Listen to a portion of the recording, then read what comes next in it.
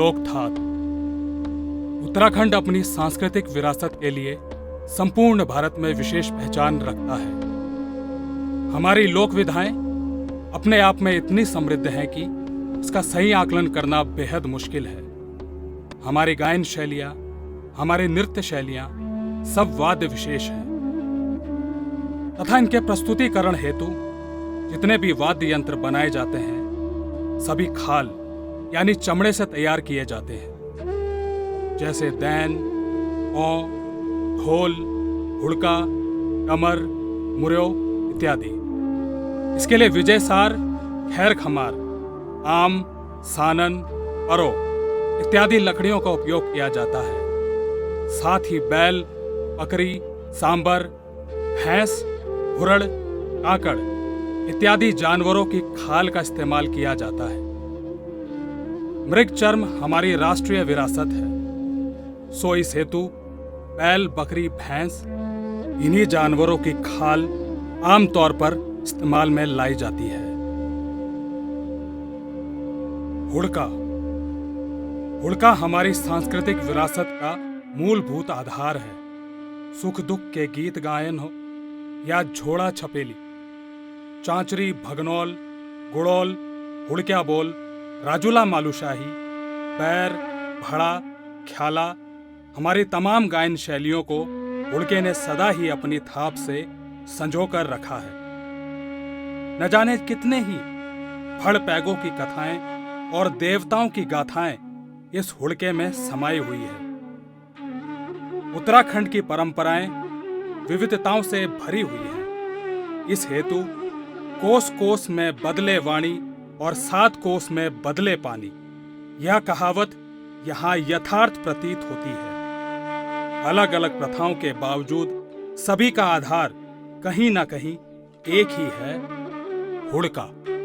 पर्वतराज हिमालय, जहाँ पंचाचूली, हंसालिंग, नंदा देवी आदि श्वेत पर्वत श्रृंखलाएं विराजमान हैं और इन्हीं की गोद में कैलाश मानसरोवर यात्रा मार्ग में स्थित सुरम्य घाटी सोर यानी पिथौरागढ़, जो कि चारों ओर से पर्वत श्रृंखलाओं से घिरा हुआ है, जिला मुख्यालय से 15 किलोमीटर दूर थलकेदार पर्वत की तलहटी में बसा एक गांव स्यूनी, जहां आज भी हुड़का बनाने वाले कुछ कुशल कारीगर रहते हैं जो पीढ़ियों से इस काम को करते आ रहे हैं। महेश राम उन्हीं में से एक कारीगर हैं जो आज भी हुड़का बनाते हैं। इनके अनुसार हुड़का बनाने हेतु विजयसार, खैर खमार, आम या बेर की लकड़ी सर्वोत्तम मानी जाती है। सबसे पहले इनमें से जो भी लकड़ी उपलब्ध हो उसे 1 फीट लंबा तथा गोलाई में 12 इंच एक गेल के रूप में काटकर हफ्ता भर उसे सुखाया जाता है। साथ ही इस बात का भी ध्यान रखा जाता है कि इस पर सीधी धूप न पड़े, वरना लकड़ी में दरार पड़ने का खतरा रहता है। फिर गेल को निखान से दोनों तरफ थोपा जाता है तथा बाहर की ओर से पासुले से छीलकर उसे डमरूनुमा आकार दिया जाता है। जब लकड़ी को आकार मिल जाता है तो उसे अंदर बाहर शीशे से कोरा जाता है। अंदर की तरफ खुरदुरा व बाहर की तरफ चिकना बनाया जाता है और अंत में बकरी के आमाशय से पूड़ी बनाकर चढ़ा दी जाती है और इस तरह हुड़का तैयार हो जाता है।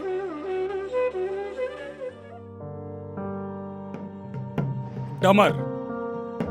डमर अपने नाम के अनुसार ही डमरू जैसा दिखने वाला वाद्य यंत्र है। इसको बनाने के लिए सानन की लकड़ी सर्वोत्तम मानी जाती है। इसके अलावा बरो, आम, खिनवा की लकड़ी का भी इस्तेमाल किया जाता है तथा इसकी पूड़ी बनाने के लिए घुरड़, काकड़ की खाल सबसे अच्छी मानी जाती है। मगर वन्य जीव संरक्षण के चलते बकरी की खाल का ही इस्तेमाल किया जाता है।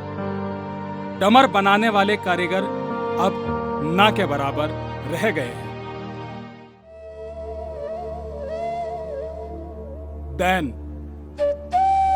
हमारे वाद्य यंत्रों में दैन यानी नगाड़ा सबसे महत्वपूर्ण स्थान रखता है। यह परम पूजनीय तथा उत्तराखंड में स्थित 33 करोड़ देवी देवताओं का गुरु माना जाता है। बिना इसकी गूंज के कोई भी देव कार्य या यूं कहें कि कोई भी शुभ कार्य संपन्न नहीं हो सकता। दैन जितना वंदनीय है, इसे बनाने वाले टमटाओं का कहना है कि दैन बनाने के लिए मन, वचन, कर्म से पूर्णतः शुद्धता का ध्यान रखना पड़ता है। जिला मुख्यालय से 15 किलोमीटर दूर मोस्टिया मानू ग्रामवासी श्री हिम्मत टमटा जी का कहना है कि जब वो दैन बना रहे होते हैं तो उन दिनों वो मांस, मदिरा इत्यादि मादक पदार्थों का सेवन नहीं करते। चूंकि दैन तांबे का बनता है तो सबसे पहले तांबे को गलाया जाता है, फिर उसे मिट्टी के बने सांचे में ढाला जाता है और फिर उसे जरिया, तांबे को पीटने का यंत्र, उसमें रखकर पीटा जाता है तब तक जब तक कि तांबा कटे नींबू के आकार में नहीं आ जाता, क्योंकि इस आकार का दैन बेहतरीन आवाज देता है और साथ ही अच्छी गूंज भी करता है। फिर इसे तेजाब से धोया जाता है और फिर से हल्का गरम करके हथौड़ी से पीटा जाता है ताकि तांबा मजबूत हो जाए और इसे अंदर की तरफ गहरा व बाहर की तरफ उभरा होने तक पीटा जाता है। अंत में सबसे ऊपरी हिस्से को थोड़ा सा अंदर की ओर झुका दिया जाता है, जिससे कि पूड़ी चढ़ाने में आसानी हो और खाल आसानी से दैन के ऊपर बैठ जाए। खाल यानी चमड़ा उत्तराखंड की लोक विरासतों को जीवंत रखने में हमारे वाद्य यंत्रों का स्थान जितना महत्वपूर्ण है, वहीं इनको बनाने वाले कारीगरों का जीवन बेहद चिंतनीय है। इनको बेहद जिल्लत भरा जीवन जीना पड़ता है। मरे हुए बैल की खाल को निकालना, फिर उसे अपने घर में तब तक संभाल कर रखना जब तक कि कोई दैन या बौं पर खाल चढ़वाने नहीं आ जाता। आम आदमी तो उस चमड़े की बू से एक दिन में ही भाग खड़ा हो जाएगा, मगर ये लोग अपना सारा जीवन गुजार लेते हैं इसी चमड़े के साथ। सर्वप्रथम बैल की खाल को 2 से 3 दिनों तक भिगोकर रखा जाता है ताकि चमड़ा नरम हो जाए और आसानी से काटा जा सके। दैन पर हल्के दाहिनी ओर जोते जाने वाले बैल का चमड़ा तथा बौं पर बाएं बैल का चमड़ा चढ़ाया जाता है। पिथौरागढ़ से 52 किलोमीटर दूर न्वाली गांव, जो कि पहाड़ों के बीचों बीच ढलान पर बसा हुआ है, समय शाम के 3 बजे और अब ठंड भी बढ़ने लगी है। 3 बजे मतलब यहाँ की शाम। श्री फुनराम बचपन से ही अपने पिता श्री देवराम के साथ दैन दमाओं पर खाल चढ़ाने का कार्य करते हैं। सबसे पहले वो भिगोई हुई खाल को बांक से, जो कि हथेली के तरफ चौड़ा, वो हथेली के ऊपर एकदम सटीक बैठ जाता है, दैन के आकार के हिसाब से काट लेता है। वो चर्र चर्र की आवाज और उस आदमी की फू फू कर चलती लंबी लंबी सांसें, न जाने कब तक ये बूढ़ी सांसें इस लोक थात का बोझ उठा सकेंगी। फिर पूड़ी को खींचने के लिए पतली बद्दियां काटी जाती हैं। फिर 3 या 4 चमड़े के टुकड़े काटे जाते हैं, जो कि दैन के निचले हिस्से से बद्दियों को खींचने में मुख्य सहायक होते हैं। उसे काटने के बाद एक 3 उंगल चौड़ी पट्टी काटी जाती है, जिसके साथ चमड़े को दैन के ऊपर पुड़ी में जोड़ा जाता है। उस पट्टी और चमड़े में एक नुकीले हथियार से छेद कर बद्दियां चढ़ाई जाती हैं। इस तरह कुल 15 से 17 छेद किए जाते हैं और अंत में बद्दियों को खींचा जाता है। फुनराम की हालत देखकर लगता है कि न जाने कितने ही हफ्तों से नहाए भी नहीं होंगे। उनके टूटे फूटे घर वो उनके मानसिक रूप से विक्षिप्त बेटे को देखकर लगता है कि अगर जीवन का सबसे भयावह रूप है तो शायद यही है। जब दैन पर खाल पूरी तरह खिंच जाती है तो फुनराम बार बार बजाकर देखते हैं कि तैयार हुआ या नहीं। फुनराम जी कहते हैं, लो जी, हो गया आपका दैन तैयार।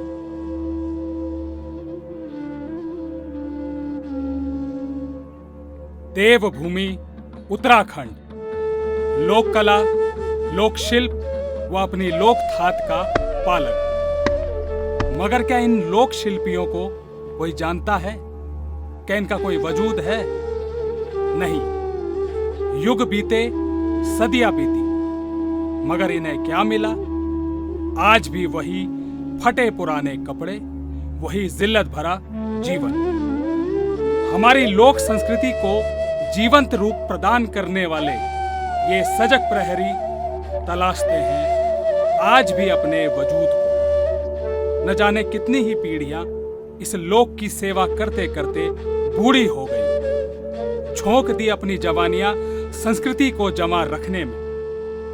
लोक विरासत के इन सजग प्रहरियों की यह दुर्दशा बेहद चिंतनीय है। जो लोग लोक संस्कृति पर बड़े बड़े शोध करने का दावा करते हैं और मोटी मोटी किताबें लिख डालते हैं, शायद वो फुनराम जैसे सच्चे प्रहरियों से नहीं मिले होंगे, वरना उनके सारे शोध धरे के धरे रह जाते। सोचिए क्या होगा अगर हुड़का बनाने वाला कोई रहेगा ही नहीं। कैसे गाए जाएंगे हुड़क्या बोल, गुड़ौल, भगनौल, झोड़ा चांचरी, बैर, राजोला मालूशाही जैसी अनगिनत गाथाएं।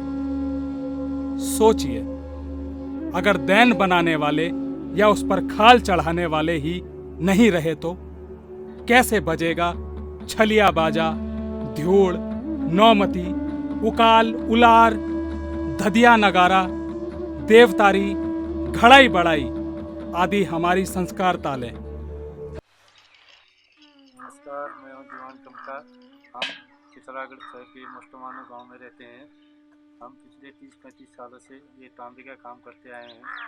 तो इसमें हम तांबे के ऑल आइटम बनाते हैं, जैसे डाइन, दम्मो, फोले, तौले, फिल्टर, कलश, हर आइटम बनते हैं तांबे के हमारे यहाँ।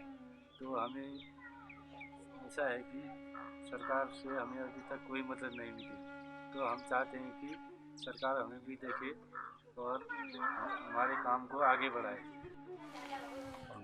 फुनराम उम्र कत हो गए सर?